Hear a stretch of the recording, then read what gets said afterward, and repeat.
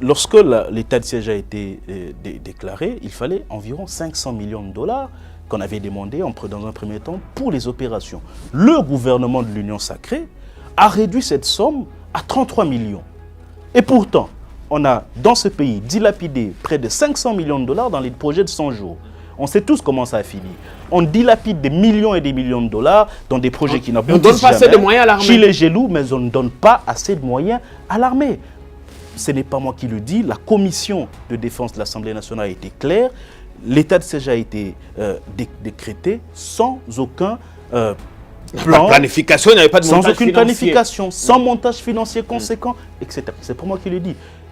Je ne suis pas contre l'état des sièges. Les gens doivent nous comprendre. Au centre, nous pensons que toute initiative qui tende à remettre la paix dans la région de l'Est et à soutenir, c'est par patriotisme que nous soutenons l'état de siège. Mais ça ne nous empêche pas de porter un œil critique, parce que nous ne sommes pas dans la polémique. Et donc, nous pensons qu'il y a eu beaucoup d'erreurs qui ont été accumulées jusqu'ici et qu'avec cette récente attaque des M23 et que les FARDC affirment aujourd'hui, et après capture de ces deux officiers ou soldats rwandais, que les choses vont changer et que finalement, nous allons véritablement œuvrer pour faire émerger une armée capable de nous défendre.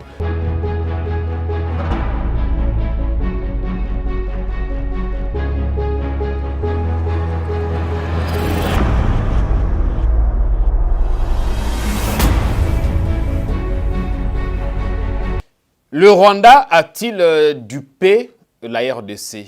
Kagame a-t-il dupé son ami et frère et peut-être ennemi, désormais Félix Tshisekedi, des militaires de la Rwandan Defense Force capturés par les FARDC dans le Kivu? Ils apportaient un coup de main au M23. La sulfureuse rébellion qui a repris ses attaques sanglantes à Tchanzu, Runyoni, dans la partie est de notre pays. On va voir tout ça maintenant. Ces rapports privilégiés que nous avions voulu avoir avec le Rwanda, à qui on a pratiquement tout donné et qui ne nous a rien donné en retour.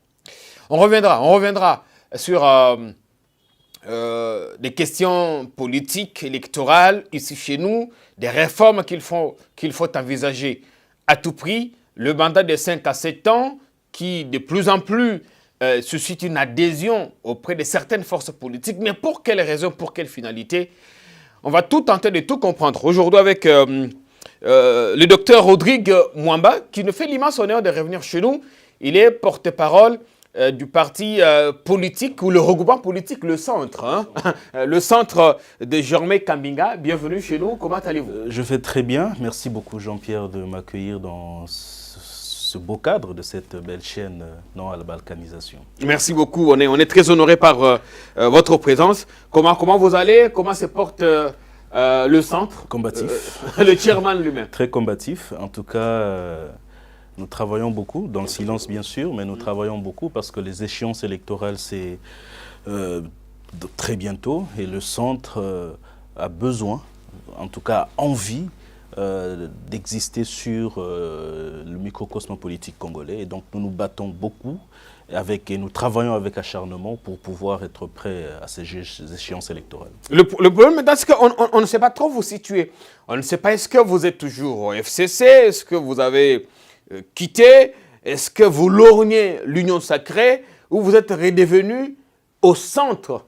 Comme l'indique la dénomination de votre regroupement. Si nous nous battons, bien sûr, c'est parce que justement, nous ne voulons pas être catégoriques. Vous savez, c'est normal que vous dites cela parce que dans l'imaginaire des Congolais, c'est difficile à imaginer la répartition des chapelles politiques en dehors de toutes ces grandes chapelles que vous avez citées. Si nous avons choisi notre voie, qui n'est pas la voie du FCC, ni de l'Union sacrée, et encore moins de la Mouka, c'est parce que justement, nous pensons que nous sommes capables d'apporter du neuf dans le débat politique. Maintenant, oui, le moment encore venu... faut-il être audible maintenant? Effectivement, c'est pourquoi je dis que nous sommes combatifs, parce qu'il faut à la fois, oui, être audible, faire du bruit, mais aussi et surtout avoir les connexions nécessaires pour pouvoir correctement se lancer. Et le moment venu, avec les connexions qui sont en train d'être prises, refuse, nous annoncerons avec qui nous ferons alliance. Loi électorale oblige, il faudra que les grandes coalitions se forment pour pouvoir atteindre les seuils s'il est maintenu. Et la tendance, c'est à flirter avec le pouvoir. Il n'y a aucune tendance. La seule conviction que nous avons aujourd'hui, c'est de défendre nos idées. Nous avons lancé les 100 propositions et c'est dans ce cadre-là que je suis ici pour défendre ce que sont nos idées, les idées du président Germain Kambinga, les idées du centre. Même si vos idées qui se rapprochent un peu plus des thèses défendues par le régime. Vous verrez, par moments, elles peuvent se rapprocher de ce que le régime pense. Par moments, elles se rapprocheraient de ce que la principale force d'opposition pense. Je parle du FCC et donc de son autorité morale Joseph Kabila. Vous verrez dans le débat et ce sera à vous de juger. C'est ce qu'on va voir tout à l'heure. Docteur Rodrigue Mwamba, porte-parole du centre. Et j'espère que celles et ceux qui nous regardent vont passer un excellent moment de télé. Ce n'est jamais du raté avec vous. Mais on tourne cette émission pendant qu'on est tous dans la fièvre du match retour. Hein. Nos léopards qui vont devoir se mesurer face aux Marocains. La fièvre monte, même si je ne sens pas une très très grande mobilisation à Kin pour ce match retour. Je ne sais pas si les gens sont convaincus que nous ne l'emporterons pas. Vous savez, c'est normal, c'est quand même plus de 30 ans après, ou même 40 presque. 40, la dernière fois, je pense que c'était en 74 ou quelque chose comme ça. À la Coupe du Monde, donc c'est un enjeu, vous comprenez, extrêmement important pour les Congolais. Et ce que nous avons vu ici n'a pas donné beaucoup d'espoir, mais n'oublions pas que la nation congolaise est une nation qui surprend. Okay. On a déjà battu la Côte d'Ivoire en Côte d'Ivoire, on a déjà fait des exploits et je pense qu'en tant que Congolais et patriotes aujourd'hui, nous devons rester optimistes, unis comme un seul homme derrière nos léopards, nos 11 nationaux et je suis persuadé en tout cas que si cette unité nationale est effective et que nous transmettons cette énergie positive à ceux qui sont au Maroc, nous aurons des très bons résultats ce soir. Après les jeux que les Fauves nous ont offerts ici, vous pensez qu'ils peuvent faire mieux sur un terrain étranger? Je ne pense pas que l'adversaire était bien meilleur, voyez-vous, c'est cela. Donc à partir de ce moment-là, je pense qu'il y a des petites failles chez eux sur lesquelles nous pouvons nous accrocher. Je ne suis pas analyste mais c'est ma lecture, c'est celle que j'ai faite. Okay. Donc il y a quand même des failles à exploiter chez eux et si nous nous accrochons à chacune de ces failles de manière méticuleuse, eh bien nous pouvons faire quelque chose. Bien évidemment, on va passer, on ne sait pas ici si le président Tshisekedi a fait le déplacement du Maroc ou pas.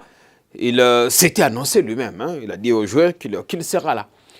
Même si certaines langues allaient dans le sens d'évoquer une possible annulation de son déplacement. Mais nous pensons que ce qui importe, ce n'est pas qu'il soit là ou pas, mais que les joueurs reçoivent leur prime et qu'ils aient le moral au zénith. Donc pour affronter ce match important une fois au mondial, le peuple pourrait peut-être pendant un jour ou deux oublier le social qui n'arrive pas. Mais parce qu'on parlait du social, je voudrais qu'on évoque la situation qui se passe au Kivu. Je voudrais, avant d'évoquer d'ailleurs cette situation, que l'on regarde cette déclaration de l'armée, notre armée, les FARDC, le porte-parole de l'armée dans la province du Nord Kivu, qui fait le compte-rendu des résultats des dernières opérations dans la région, la nuit du 27 au 28, qui a été particulièrement meurtrière, avec une attaque du M23 sur les positions de l'armée congolaise. Et vous allez voir que 2 éléments rwandais ont été capturés. Regardons cette déclaration de l'armée, on se retrouve. Ensuite, docteur, vous allez commenter.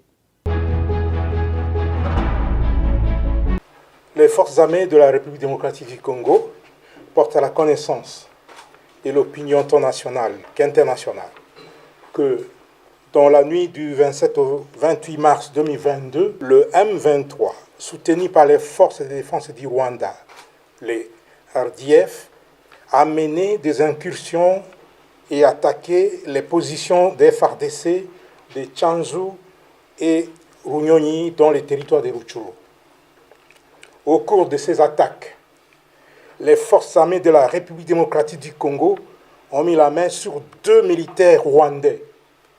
Il s'agit de l'adjudant Habyarimana Jean-Pierre, matricule AP de 27 779 et du soldat de rang Uwajeneza Muhindi John alias Wadje. Les deux soldats rwandais sont là-bas, je vous les présente. Ça, c'est l'adjudant Abiyarimana. Et l'autre là, c'est le soldat de rang appelé Uwajeneza Muhindi John. Ce sont les deux qui ont été capturés au combat dans les territoires de Rutshuru. Tous sont du 65e bataillon de la 402e brigade d'infanterie des forces de défense du Rwanda.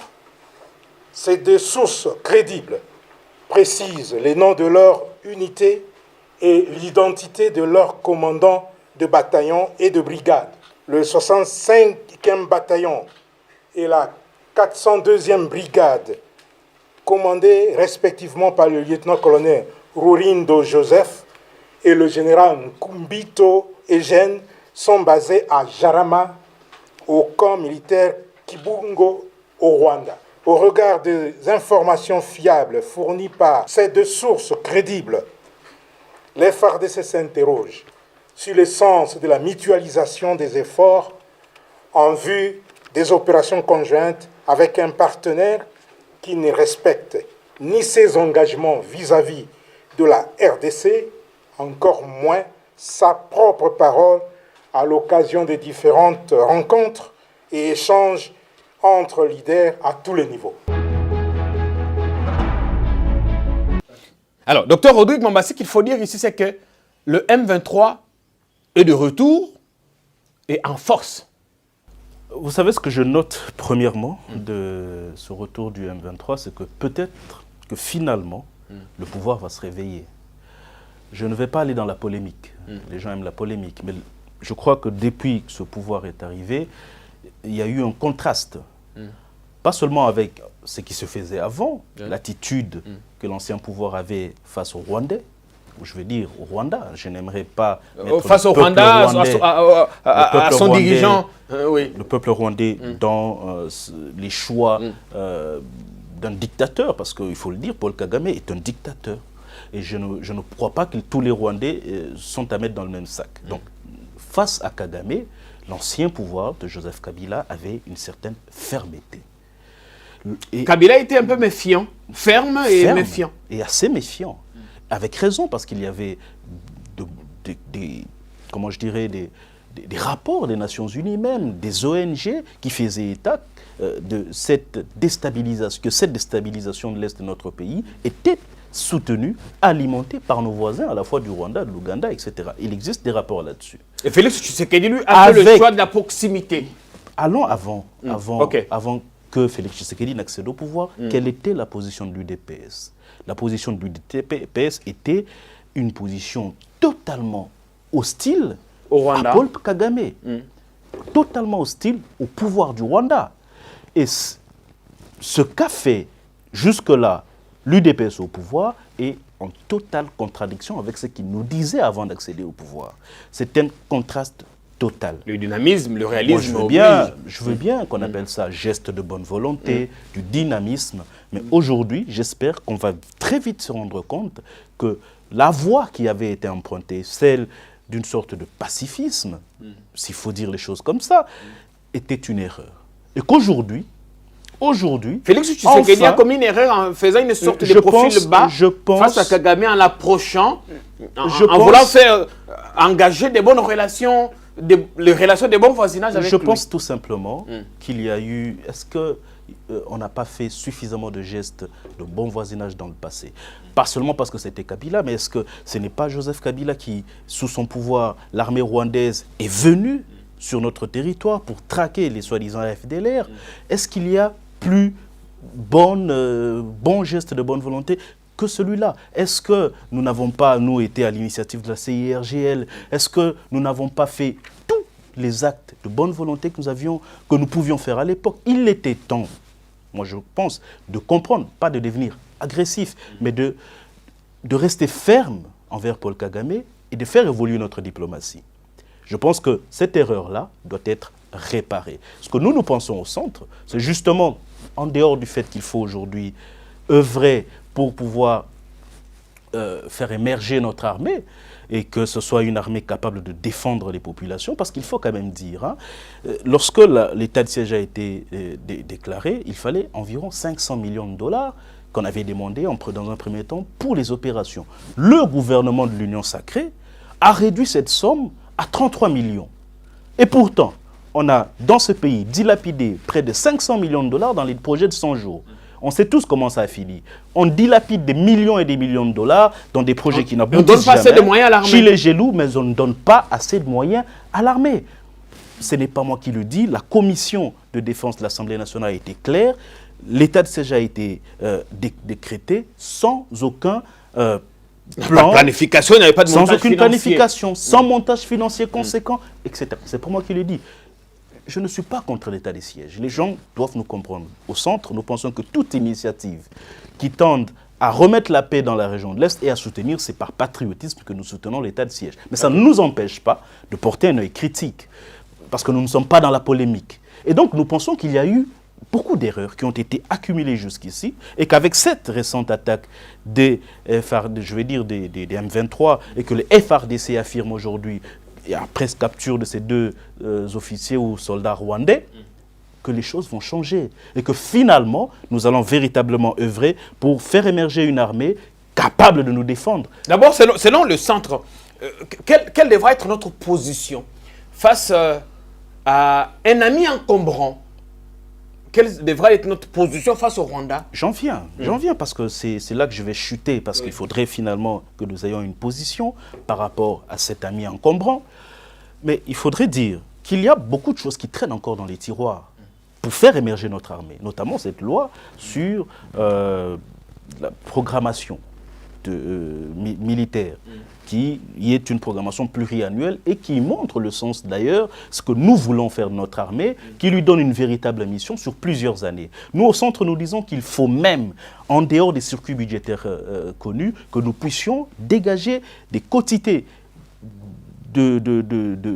d'argent pour pouvoir directement financer les opérations des FARDC. Il faut aujourd'hui donner les moyens aux FARDC du point de vue stratégique, du point de vue de la vision et du point de vue des finances pour que nous puissions justement relever ces défis. Mais maintenant, notre deuxième proposition, c'est justement quelle est notre attitude maintenant par rapport à Paul Kagame, par rapport au pouvoir du Rwanda. Hein. Vous comprendrez que j'évite de parler du peuple rwandais, parce que je ne le sens pas. Le peuple rwandais n'en a pour rien, c'est leur dirigeant. C'est Paul Kagame et son pouvoir, eh bien c'est la fermeté. Joseph Kabila a été ferme.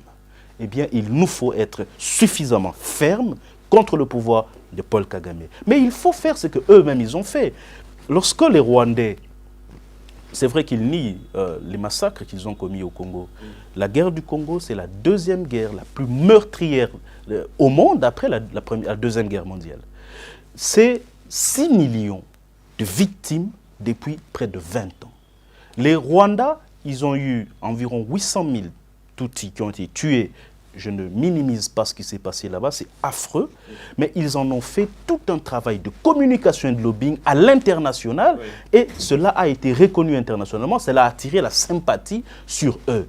Je pense qu'aujourd'hui, il faudrait que les Congolais nous réveillons, que notre diplomatie puisse mettre la lumière sur les crimes qui ont été commis à l'Est, sur la guerre injuste qui nous a imposée, l'insécurité qui nous a imposée, pour que finalement nous ayons le même type de reconnaissance à l'international, qu'il y ait que le monde entier puisse se pencher sur ces crimes qui sont en train d'être commis à l'est de notre pays. Il faut que les choses changent et pour ça, nous avons besoin d'une diplomatie qui le comprend et qui change de stratégie et un pouvoir qui reste ferme. Et là, on a convoqué l'ambassadeur rwandais Vincent Karega, qui se distingue généralement par un excès de langage. J'espère qu'aujourd'hui, il va se comporter quand même en diplomate. Vous pensez que c'est suffisant? Ce n'est pas trop tôt en tout cas. Vincent Karega aurait dû être convoqué depuis très longtemps, depuis l'époque où Paul Kagame niait les massacres de nos compatriotes à l'Est. La déclaration de Paris. Effectivement, Vincent Karega aurait dû être convoqué il y a très longtemps. C'est pourquoi je dis, j'espère que ce pouvoir va se réveiller enfin pour voir qui est réellement ceux qui, de manière peut-être un peu volontariste, je ne vais pas aller dans des termes qui ne sont pas corrects, mais de manière volontariste, ils ont voulu faire la paix, mais ce n'était pas possible. En tout cas, on comprend très bien que le pouvoir de Paul Kagame ne comprend pas le langage pacifiste. Il faut y aller de manière ferme et clairement établir leurs responsabilités dans les massacres de l'Est. Et c'est ça le travail de notre diplomatie. Est-ce qu'on a été dupé dans cette affaire? Dupé, je ne pense pas, parce que finalement, je crois qu'il y a eu de mauvais choix. Parce que je vous rappelle que l'UDPS, avant le pouvoir, était la plus grande, la force politique qui était la plus critique envers les Rwandais. Oui. Voyez-vous. Et ils ont fait exactement le contraire une fois au pouvoir.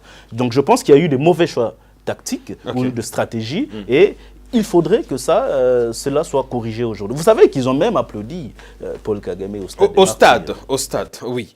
Ça, c'est donc l'histoire. Mais est-ce que nous avons assez d'épaules pour imposer un rapport de force, docteur Mwamba? Eh bien, les épaules, si on n'en a pas, il faut bien les construire. C'est ce que je suis en train de dire. Pourquoi est-ce que sur les 500 millions de dollars, ce sont des rapports vérifiables qui étaient nécessaires pour l'état de siège, on n'en a donné que 30, alors qu'on dilapide l'argent public dans des projets qui n'aboutissent jamais. Au contraire, ce sont des procès pour détournement et puis tous les voleurs ne sont plus en prison. Pourquoi? Donc il y a des choix qu'il faut faire aujourd'hui. Nous avons la capacité, en tout cas les potentialités, et c'est possible, d'avoir les épaules de tenir tête à Paul Kagame. Ça, ce n'est pas impossible. Mais en plus, notre diplomatie doit changer, comme je l'ai dit.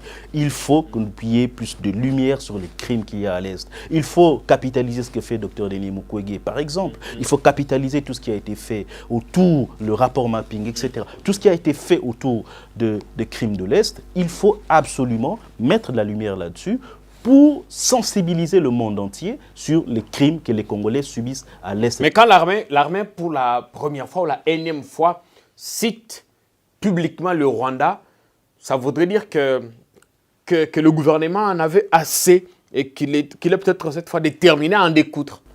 J'espère. Parce que depuis que Félix Tshisekedi est arrivé, arrivé, on n'a pas pointé le Rwanda. Si le gouvernement en avait assez, je crois qu'ils auraient agi en conséquence. Je viens de vous démontrer qu'il y a, même le Parlement l'a démontré, l'Assemblée nationale l'a démontré, ce gouvernement n'a jamais pris cette question à bras-le-corps.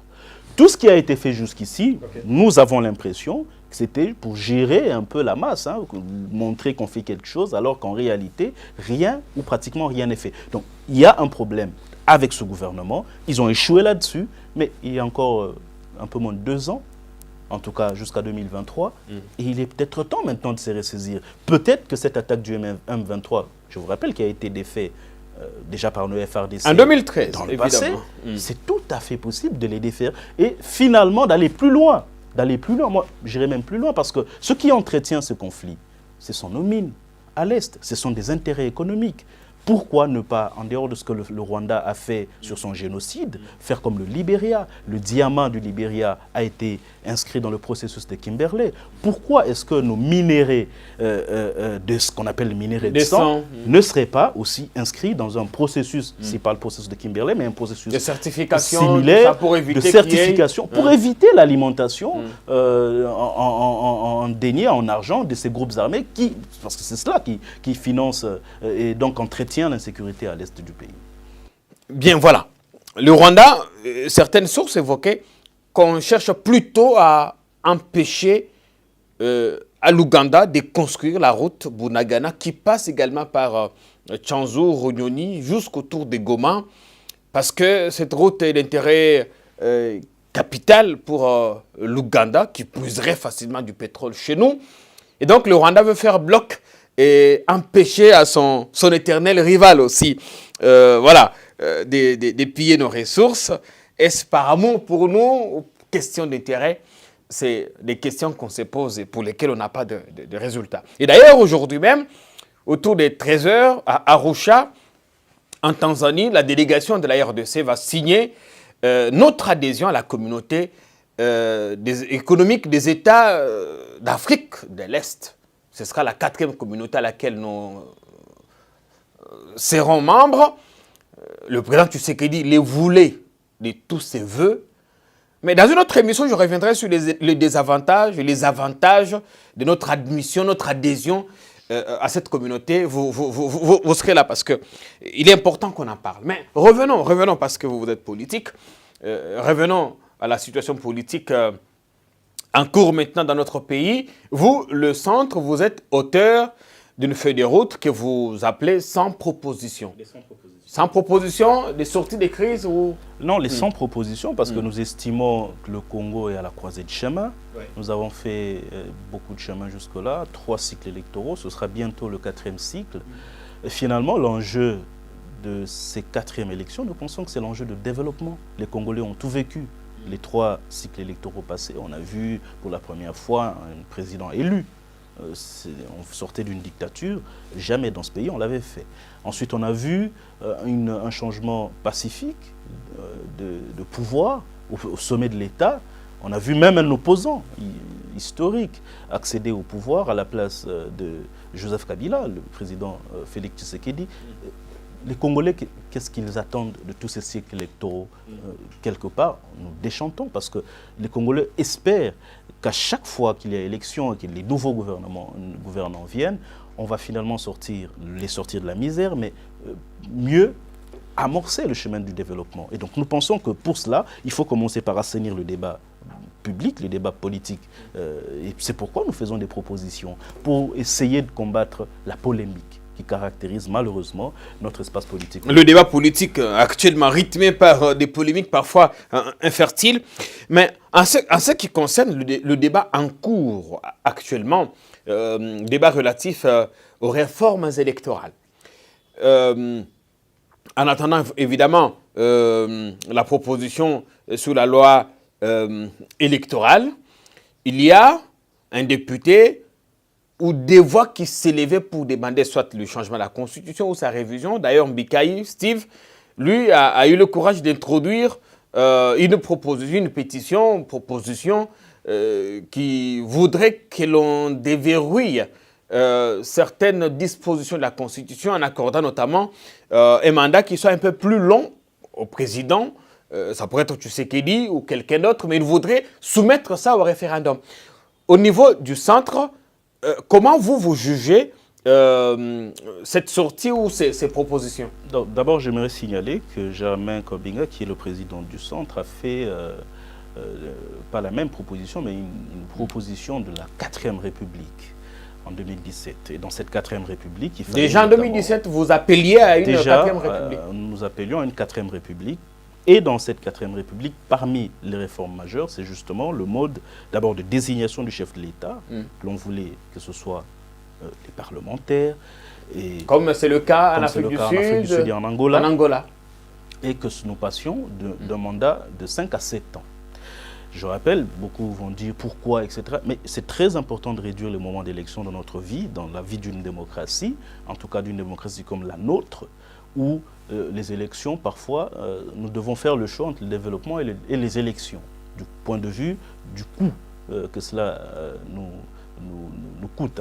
Les élections nous coûtent énormément. Et je pense qu'il y a eu des réflexions là-dessus, notamment, même Joseph Kabila s'est posé cette question-là. Il y a eu beaucoup de réflexions d'intellectuels congolais et je ne pense pas que ça doit forcément être un sujet polémique. Il faut que ce soit un sujet débattu avec froideur et aussi avec objectivité.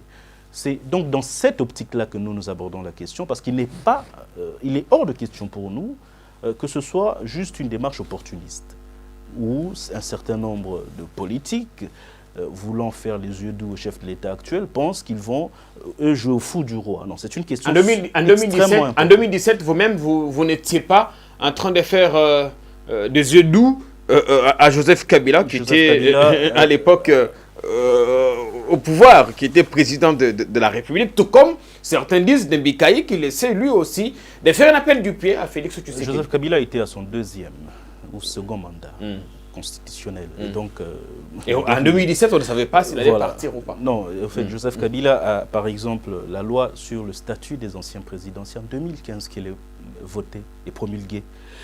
Il n'a jamais donné de signe qu'il ne partirait pas. Je ne comprends pas pourquoi on lui a fait ce procès-là. Moi, vous verrez, j'ai été le défenseur de ceux... En tout cas, j'ai été contre ceux qui disaient que Joseph Kabila préparait son maintien éternel au pouvoir. Je ne l'ai jamais cru. Et aujourd'hui encore, je vous le dis, c'est en 2015 qu'il a préparé la loi sur les statuts des anciens présidents et il a organisé les élections en 2018. Donc ce n'était certainement pas pour lui faire les yeux doux. Nous pensons plutôt que ce qu'il faut faire aujourd'hui, c'est une démarche nationale. Parce que c'est une question qui est au-delà d'un certain groupe de politiciens. Et donc, que ce soit cette majorité aujourd'hui qui décide d'un changement de constitution, eh bien, nous nous sommes opposés à cela. Parce que nous savons comment elle est née, cette majorité. Vous ne souhaitez pas que ces réformes passent par... Nous ne souhaitons pas que cela soit le seul apanage de ceux qui sont au Parlement aujourd'hui, parce que ceux qui sont au Parlement aujourd'hui ont perdu toute crédibilité. Comment s'y prendre alors? Nous pensons qu'il faut justement que cela se fasse dans un cadre beaucoup plus large, où il y a des politiques, mais aussi associer des gens de la société civile, un peu comme ça s'est fait sur le modèle Samtiti, pour pouvoir, et des scientifiques surtout, et que cela se fasse sur des bases plutôt objectives et non politiciennes. Eh bien oui, deuxièmement, nous sommes d'accord que cela passe par un référendum. Et c'est possible que ce référendum se fasse au même moment que les élections en 2023. Et troisièmement, pour nous, cette mesure doit entrer en œuvre qu'après le deuxième mandat, je veux dire le mandat 2023-2028. Donc après 2028. Peu importe, c'est lui qui va remporter les élections de 2000. Président de la République après, en 2023, c'est en 2028 que toutes ces réformes seront mises en œuvre. Comme ça, on est à l'abri d'une démarche partisane, mais on comprend très bien le besoin de pouvoir développer le Congo. On ne peut pas continuer à trimballer une constitution qui se comporte comme un boulet à notre pied, alors que nous avons des urgences de développement, alors que nous sommes appelés à être des leaders en Afrique et dans le monde. Est-ce que le problème, docteur Mwamba, c'est le temps qu'il faut ou la vision que l'on a? Justement, je pense que le temps, il est important. Important parce que les moments d'élection deviennent beaucoup moins fréquentes. Ça, c'est la première chose. Et nous évitons la coïncidence entre l'élection présidentielle et les élections législatives, parce que vous savez, c'est toujours ça, l'éternel débat sur la prééminence des élections législatives, etc. Mais les réformes qui doivent accompagner, parce qu'il ne s'agit pas que de faire d'un mandat de 5 à 7 ans, mais il y a des formes, c'est un paquet de réformes qu'il faut faire pour renforcer à la fois l'action du gouvernement, c'est-à-dire du Premier ministre, pour que celui-ci soit réellement, c'est-à-dire avoir plus de contraintes. Par exemple, sur l'organisation des élections, le Premier ministre ou le gouvernement doit s'engager à dégager des quotités annuelles pour que les élections se tiennent de manière régulière. Sinon, cela entraîne même la chute du gouvernement. Voilà, il faut renforcer des mesures coercitives dans cette nouvelle constitution que nous voulons de la 4e République pour pouvoir justement amorcer, aller vers le développement. Mais je suis d'accord, ce n'est pas qu'une histoire de loi, c'est aussi une question de vision. Mais les visions, je crois que ce sont les sociétés qui les construisent. Nous ne croyons pas dans les hommes providentiels. Au Congo, nous croyons dans un peuple providentiel. La preuve, c'est que quasiment tout le monde, toutes les tendances politiques ont déjà été au pouvoir dans ce pays. Pourtant, nous continuons à nous plaindre. Mais parce que vous demandez qu'on renforce, qu'on donne un peu plus de temps au président, pas un mandat à vie. Évidemment, pendant qu'ailleurs, la tendance est plutôt à la baisse. Au Sénégal, on trouve le septennat, Macky Sall le ramène à 5 ans. Aux États-Unis, on est à 4, ailleurs 5. La tendance est autour des 4-5. Pourquoi nous, on doit offrir une éternité à un président? Il ne s'agit pas de l'éternité. Je vous rappelle que la France a fait 200 ans de septennat avant de passer au quinquennat. C'est après avoir atteint ses objectifs de développement. Ici, l'enjeu, il faut tenir ça en ligne de mire, l'enjeu, c'est de se développer. Et il nous faut des lois qui nous permettent d'aller vers le développement. Le développement, il passe par une certaine stabilité politique aussi, institutionnelle surtout. Il nous faut rendre les institutions actuelles beaucoup plus stables. Ce n'est pas que la démocratie qui donne le développement. On peut citer bon nombre de pays en émergence ou développés qui ne sont pas du tout des démocraties, mais qui ont une chose en commun, c'est la stabilité institutionnelle. Voilà ce que nous visons. Il faut que les nouvelles règles de demain, la nouvelle constitution, garantisse une certaine stabilité institutionnelle pour nous permettre d'amorcer la route vers le développement. Donc bref, vous appelez à un dialogue, question de se mettre d'accord sur toutes ces réformes à engager qui pourraient passer éventuellement par un référendum. Bon, le terme, je ne sais pas si c'est celui-là, le dialogue, il s'agit ici plutôt d'un sursaut patriotique où tous les Congolais, en tout cas, doivent être impliqués dans ce changement-là. Ce n'est pas pour dialoguer autour des conflits ou comment nous allons gérer la nation dans l'immédiat ou le partage de postes. Il s'agit ici de faire un travail de fond sur ce que sera notre avenir commun à partir de 2028. Voilà. Alors appelez ça comme vous voulez, mais pour nous, c'est... Ça peut s'appeler dialogue, pour parler, négociation directe, consultation, peu importe. Donc, pour vous, l'idée d'Mbikaï n'a pas sa place et n'a pas votre soutien. Écoutez, c'est d'abord une idée, c'est notre idée. Hein.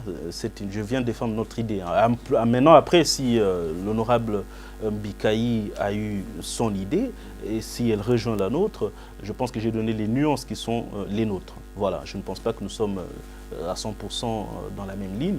Il a ses convictions, nous avons les nôtres et nous avons nos propres nuances. Maintenant, le plus important, à mon avis, c'est que cela soit fait.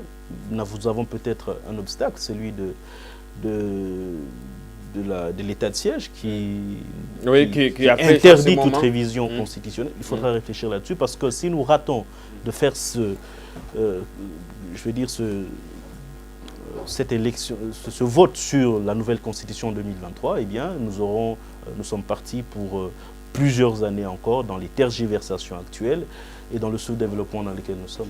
Est-ce que le contexte actuel permet une bonne élection qui rassure tout le monde? Non. Il faut être clair là-dessus. Aujourd'hui, nous le disions depuis toujours, il fallait une CENI consensuelle. C'était ça la première démarche. On n'a pas eu de CENI consensuelle, malheureusement. On n'a pas eu de CENI consensuelle, mais on a quand même eu un bureau de la CENI et il existe. Alors maintenant... Il est contesté par d'autres forces politiques. Contesté, je veux bien, mais il y a des contraintes légales qui ne peuvent plus permettre qu'on revienne en arrière parce qu'ils sont réputés indépendants. Je me demande dans quelle mesure, que ce soit le chef de l'État, le gouvernement ou le Parlement, vont eux revenir sur l'actuelle composition de la CENI. J'estime qu'il n'y a pas moyen, hein, du point de vue légal. Ils sont réputés indépendants à partir du moment où ils ont prêté serment devant la Cour constitutionnelle. C'est la première chose. Mais ça n'empêche pas, quand même, qu'autour de cette équipe de la CENI, nous puissions construire le consensus. C'est ça le plus important. Et ce consensus, il est construit au travers de la loi électorale. Je crois, la loi électorale, en mettant comme priorité sur la loi électorale, c'est d'assurer la transparence des élections de 2023. Parce que pour nous, si le peuple attend le développement à partir de 2023, l'enjeu principal des élections de 2023, c'est-à-dire ce que le peuple, la manière dont le peuple veut voir ces élections se dérouler, c'est dans la transparence. Parce que je l'ai dit ici, le peuple n'attend plus rien de nouveau. Mais seulement, dans certaines élections passées, on a tous eu l'impression que le choix du peuple n'a peut-être pas été respecté. Tout simplement, je ne suis pas dans la ligne de ceux qui pensent que voilà, le pouvoir actuel a été volé à quelqu'un. Je ne dis pas ça, mais je dis qu'il y a des critiques qui sont tout à fait fondées lorsque des gens disent qu'il n'y a par exemple pas eu les détails des résultats qui avaient été publiés. C'est une opacité. Peu importe les résultats qui sont divulgués, mais à partir du moment où les détails ne sont pas publiés, il y a de l'opacité. Et donc, la loi électorale doit pouvoir garantir, par exemple, que les résultats détaillés seront publiés en 2023, pour que chacun se rende compte, dans le coin où il est, dans le village, dans le quartier où il est, que là où j'ai voté, voilà qui était premier, voilà qui était deuxième, et que les choses soient claires. Ça, très bonne chose. La première chose que nous estimons être nécessaire pour les réformes de la loi électorale dans ces sessions des mars. Deuxièmement, bien sûr, la question du seuil, on peut discuter, nous sommes opposés au seuil, etc. Et nous pensons que tout cela doit se faire avec la participation d'un nouvel organe. Ça, c'est notre première proposition, la médiature de la République, qui vient remplacer le CNSA. Pourquoi? Parce que nous pensons que cette majorité, hélas, qui est aux ordres, vous verrez mercredi, lorsqu'on va inviter le ministre de l'économie. Il ne tombera pas, parce que de toutes les façons, il y avait déjà eu des consignes qui étaient données. Donc, lorsque vous avez une telle majorité, cette majorité travaillera pour ses propres intérêts. Et donc, nous avons besoin d'un organe de conciliation de vues. Pas forcément un dialogue, mais un organe qui permette de concilier les vues de ceux qui sont contestataires et de cette majorité. Vous appelez ça la médiature de la République? Médiature de la République, pour permettre à ce que la loi électorale que nous aurons soit une loi qui contente tout le monde. Nous ne pouvons pas rater l'étape de la loi électorale, parce que si nous ratons l'étape de la loi électorale, eh bien nous aurons fait le lit des contestations préélectorales et post-électorales de demain, ce qui, hélas, va entretenir l'instabilité de nos institutions et donc le sous-développement. Ça serait dommage pour notre peuple. Mais comment faire autrement, sachant que tout va se traiter au Parlement et que l'union sacrée y est malheureusement ou heureusement majoritaire? Justement, l'union sacrée y est majoritaire, c'est pourquoi nous faisons cette proposition-là. Ensuite, il y a une opposition. Et je pense que cette opposition doit s'assumer. Elle doit, j'ai entendu une branche de l'opposition dire qu'ils ne vont plus aller dans la rue, etc. Bon, c'est leur choix. Mais je pense qu'il y a une principale force d'opposition. Elle doit pouvoir s'assumer, quitter des revendications qu'elle sait d'avance qu'elles ne sont pas possibles, aller vers un débat beaucoup plus objectif pour garantir la transparence en 2023 et les actions justement de mobilisation de terrain. Je crois que c'est sur ce terrain-là que les Congolais attendent l'opposition. Notre travail en tant que centriste, c'est de faire les propositions telles que nous le faisons et essayer de concilier les vues. On termine ici. Vous avez été demandé de coter le pouvoir actuel. 3 ans après, combien sur 10 vous leur donnerez? À partir du moment où la sécurité, qui était la priorité de priorité, n'est pas effective, à partir du moment où tous les Congolais continuent de pleurer du point de vue social, je crois que la note, elle serait forcément négative, c'est clair. Et ça, ce n'est pas moi qui le dirais, c'est tous les Congolais qui le disent. Je suis médecin, je suis dans le peuple, je le côtoie tous les jours et je sais ce que les Congolais pensent. Combien sur 10? En tout cas, elle sera à moins de 5. Ce sera une note négative. Moins de 5. Oui. Merci beaucoup. Je vous en prie. On a fini, sauf si vous avez un dernier message à passer à l'opinion qui nous a suivis. D'abord, je vous remercie, vous et tous les internautes et Congolais qui ont pris le soin, la peine de nous suivre. Le Centre, ce regroupement politique, veut injecter dans le débat public de nouvelles idées, un débat qui soit fait sur les idées et des propositions concrètes pour faire avancer notre pays. Nous voulons quitter la polémique.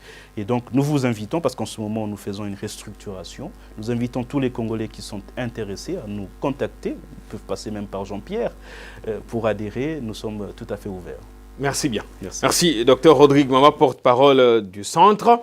Au retour, transmettez nos salutations au chairman, Germain Kaminga, qui ne veut plus nous accorder d'interview. On ne sait pas pourquoi. Je le fais sur votre plateau, il le fera. Merci beaucoup.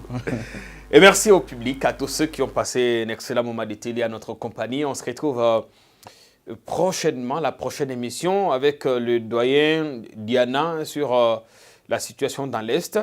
Je reviendrai pour débriefer pour vous sur les avantages et les inconvénients pour la RDC d'intégrer la communauté des pays de l'Afrique de l'Est. Salut!